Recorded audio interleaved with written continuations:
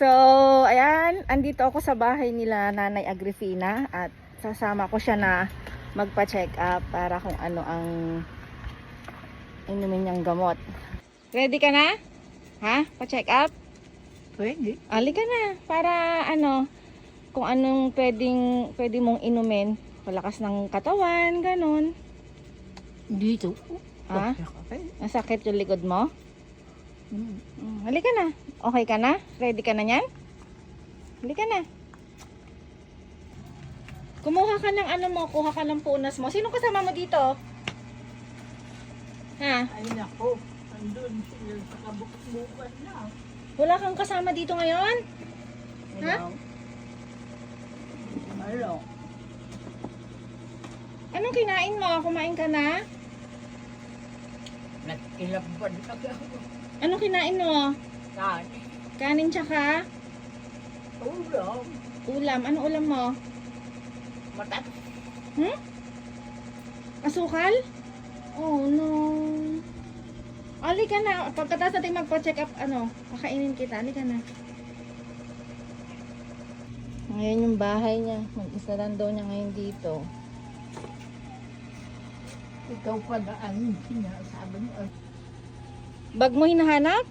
Mm-mm. Anong laman ba nun? Eh, yung mga kwan. Saan mo nilagay? Maghahanap pa tayo ng bag. Nandito siya nagluluto.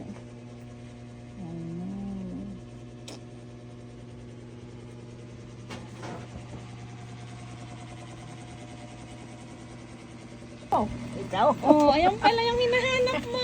Halika na. Mag-ipit ka kaya? Wala kang ipit? Mag-ipit ka. Oh. Mag-ipit ka para hindi yung buhok mo. Iyusin mo yung supil mo. Mag-ipit mo muna. Para hindi sugod ba. Ano? Gaganda-ganda mo eh.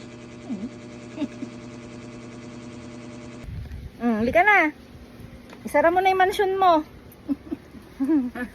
Halika, pipila pa tayo sa clinic.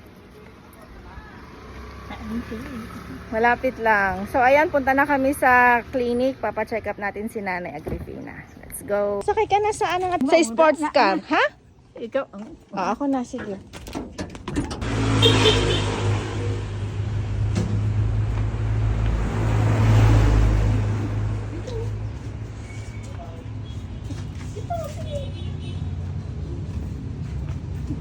Mabigat naman kasi ng bag mo.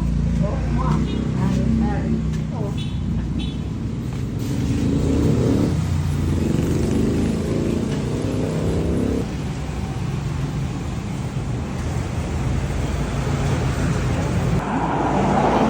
Oh, asukal ulam niya kanina. Asukal ulam na kanina. Ayan, kakatapos ng check-up niya. Diretso kami dito kila Roxanne kakain.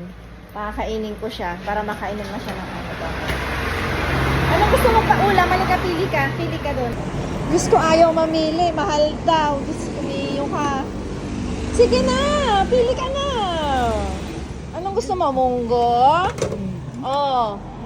Marami dyan. Pili ka na. Anong gusto mo? Sige na, kahit ano na.